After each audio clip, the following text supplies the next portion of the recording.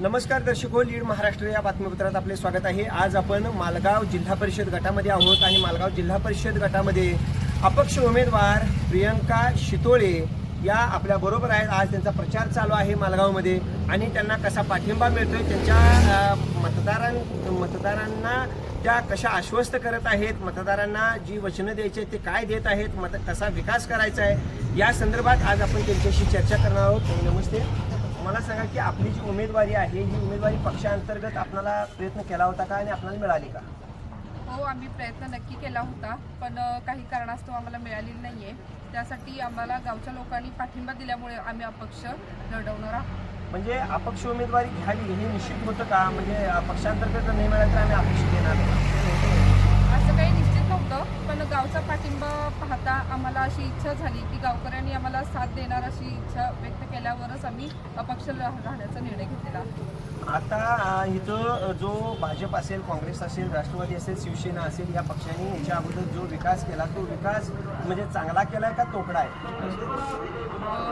थोडाफार केलेला आहे, थोडाफार जे तोकडा आहे तेच बघितल्यानंतर माझी अशी इच्छा झाली काही गावातले स्टार्ट असतील किंवा सुधारणा असेल अशा गोष्टी माझ्या इच्छा म्हणजे लक्षात आहे, त्या गोष्टी मी करण्यासाठी मला सांगा, मालगावमध्ये कितीतरी दिवस आपण मालगावमध्ये आलो तर अंतर्गत रस्ते आणि अंतर्गत स्वच्छता यांच्या संदर्भात मालगावमध्ये फार मुख्य प्रश्न आहे। अजून जर आपण जिल्हाकट्ट्याची अवस्था बघितली, त्या चौकाची अवस्था बघितली तर वर्षानुवर्ष आहे तसाच आहे। घेण्याकट्ट्याच्या तिथल्या त्या रोडचा काही सुधारणा झाली असं वाटत नाही, असं नागरिकांचं मत आहे। त्याबद्दल आपल्याला काय वाटतं? हे त्या सुधारणा करण्यासाठीच मी ह्यामध्ये उतरलेली आहे। बरं, म्हणजे प्रस्थापितांच्याकडून या सुधारणा झाल्या का नाही झाल्या? नाही झाल्या कारण कितीतरी वर्ष झाले की ते आहे असंच आहे। मी लहानपणापासून बघते, हे माझ्या मामाचं गाव आहे, मी लहानपणापासून बघते हे गाव जसं आहे तसंच आहे। यातनं मला तरी काही वाटत नाही की सुधारणा वगैरे आहे। आणि म्हणजे कॉलेजच्या मुली असतील, वृद्ध लोक असतील, आजारी व्यक्ती वगैरे स्टँडवरती थांबण्यासाठी पावसाळ्यात म्हणजे त्याला छतसुद्धा नाही आहे, व्यवस्थित गटारी तिथं नाही आहे। त्यातनं पलीकडं स्टँडमध्ये आतमध्ये उतरण्यासाठी तिथं गटारीसाठी रस्तासुद्धा नाही आहे, तिथं फरशी टाकून लोक आत बाहेर करतात। तुम्ही मालगाव आणि गोंडेवाडीच्या मतदारांना काय आवाहन कराल? मी एकच इच्छा व्यक्त करते की त्यांनी मला निवडून येण्याची एक संधी द्यावी, माझ्यावर विश्वास ठेवावा। आणि आम्ही याच्या आधी पण बरीच सामाजिक कार्य केलेले आहेत, जसं की रक्तदान शिबिर केलेलं आहे, आरोग्य शिबिर घेतलेले आहेत आणि हळदी कुंकवाचे कार्यक्रम, त्यानंतर खेळ पैठणीचा कार्यक्रम घेतलेला आहे।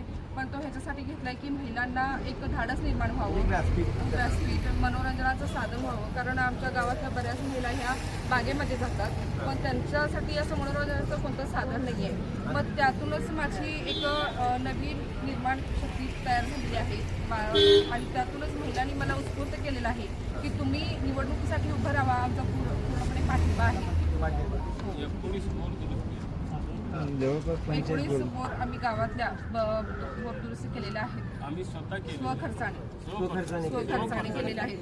15 ते 3 आठवडे गावामध्ये पाण्याची कमतरता येत होती, त्यावेळी आम्ही जागोजागी जाऊन प्रत्यक्ष पाहणी केली। त्यावेळेला आम्हाला म्हणजे असं कळलं की 2-2 वर्ष बोर बंद पडलेले आहेत। मग आम्ही असा निर्णय घेतला की आम्ही स्वखर्चानं ते गावाला पाणी पुरवण्यासाठी आम्ही बोर सगळ्यांनी म्हणजे कुठंतरी मालगावमधील अपक्ष उमेदवार प्रियंका शितोळे यांची उमेदवारी यासाठी आहे की मालगावमध्ये वर्षानुवर्ष जे प्रलंबित प्रश्न आहेत, वर्षानुवर्ष ज्या समस्या आहेत त्या समस्या प्रस्थापितांच्याकडून मिटल्या गेलेल्या नाही। तिथं भाजप असो, काँग्रेस असो, राष्ट्रवादी असो, शिवसेना असो यांच्याकडून कोणत्या समस्या मिटल्या त्या त्यांनी पुढे येऊन सांगाव्या। कारण आपण मालगावातल्या चौकातली जरी साध्या अवस्था बघितली तर ती वर्षानुवर्ष आहे तशीच आहे। मालगावचं बस स्टँड जर बघितलं तर वर्षानुवर्ष ते आहे तसंच आहे। मग नेमकी सुधारणा झाली कुठं?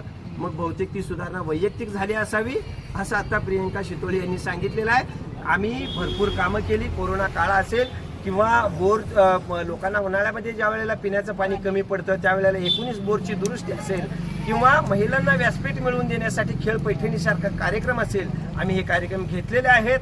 आणि कुठंतरी आम्हाला मालगाव आणि गोंडेवाडी या जिल्हा परिषद गटामध्ये प्रॉपर विकास करायचा आहे। त्या विकास कामाच्या जोरावरच अपक्ष उमेदवार प्रियंका शितोळे यांची उमेदवारी मालगावमध्ये आहे।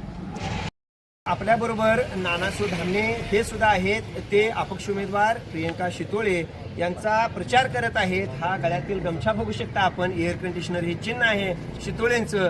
आज आपण त्यांना धामणेंना विचारतोय की नेमकी काय परिस्थिती आहे. मला सांगा की नेमकी आता आपल्या उमेदवारांची काय परिस्थिती आहे, मतदारांचा कसा पाठिंबा मिळतो. सुरुवातीला आम्ही या ठिकाणी भारतीय जनता पक्षाकडे उमेदवारी मागणी केली होती, परंतु दुर्दैवानं आमच्या ती उमेदवारी आपल्याला मिळू शकली नाही.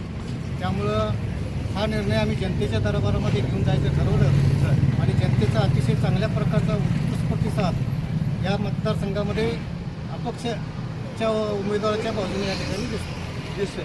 म्हणजे कुठेतरी अपक्ष उमेदवारी जी शितोळेंची आहे ती मालगाव आणि गुंडेवाडी जिल्हा परिषद गट म्हणजे ह्या जिल्हा परिषद गटामध्ये चालणार. होय, 100% चालणार.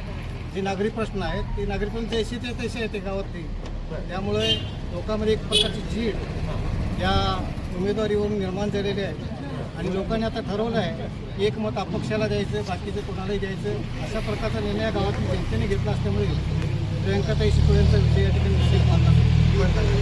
म्हणजे जनतेचा कुठेतरी पाठिंबा प्रियंका शितोळे यांना मिळत आहे आणि त्यामुळंच अपक्ष उमेदवार आणि चिन्ह एअर कंडिशनर हे घेऊन आम्ही जनतेमध्ये उतरलोय. मालगावच्या जिल्हा परिषद गटात आम्ही प्रचार करतोय आणि आमची उमेदवारी ही जनतेतून आलेली आहे असं आता यांनी सांगितलेलं आहे.